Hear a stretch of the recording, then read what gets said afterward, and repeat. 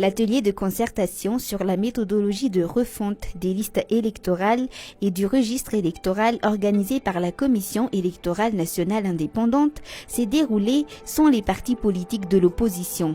Arrivés sur les lieux où se tient la réunion, les leaders du RMDM et du groupe Panorama les ont quittés après avoir déposé une lettre au président de la CENI. Une lettre déposée par l'ancien sénateur Olivier Rakotovaza et dans laquelle les recommandations de l'opposition étaient présentées. Fanamafisana ny fametrahana démocratie tena izy eto amin'ny firenena zay fototsy ny fampandrosoana ny tany tandalana tsy handray anjara amin'ny saritsary fikaonan-doha mikasika ny refonte ny liste électorale zay karakarainy CENI raha tsy misy aloha ny firosoana amin'ny fandinihana ireo voalaza eo ambony ireo amin'ny alalany ady hevitra. Pour le Conseil du Fampiavanana Malagasy, une concertation nationale est pourtant nécessaire afin de confectionner une liste électorale qui permettra d'organiser des élections fiables et inclusives. C'est dans les pourparlers qu'on peut satisfaire aux desiderata des citoyens, indique son président Alphonse Maka.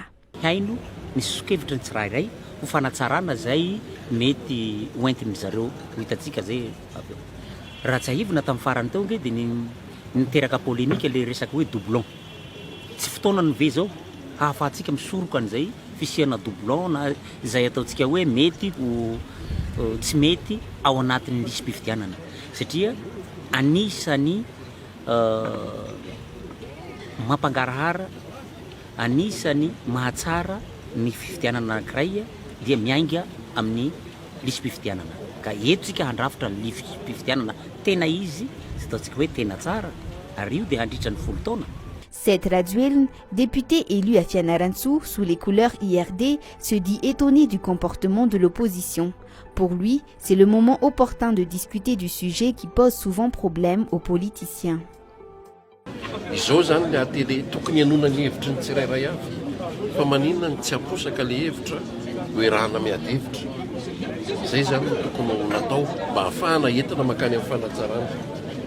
Ny fotoana mbola malalaka ahafahana manavoana lisam-pifidianana raha ohatra ka voarindra tsara sy matopaky ny fomba hoentina mandrindra ny fandaharam-potoana zany dia veriko fa tokony izotra tsara ary ilaina le izy satria mampisy fisalasalana mampisy fiahiahina foana indrindra eo anivon'ny mpanao politika eny na ny olo-pirenena tsotra raha zao dia lasa efa voiziny zany fiahiahina momba ny lisam-pifidianana zany ka inona moa no vato misakana antsika raha ohatra hoe misy zavatra tsy mazava dia andao atao hatrany fotony mihitsy ny fanarenana sy ny fanitsinana azy.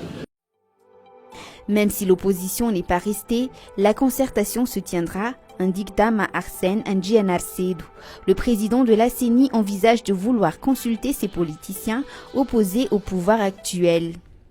Tsy maintsy isy foana ny fifanatona na sy ny fifanakaloza-kevitra ho aiza moa tsika fa samby zanaky ty tany ty any dia tsy maintsy mitady ny tombotsoa iombonana hoentina manatsara ny vahoaka sy ny firenena.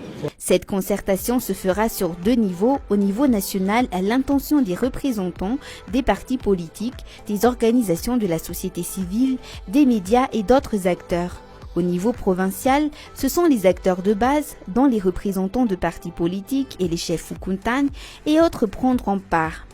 Pour 2022, la CENI avance un budget total d'environ 26 milliards d'ariary.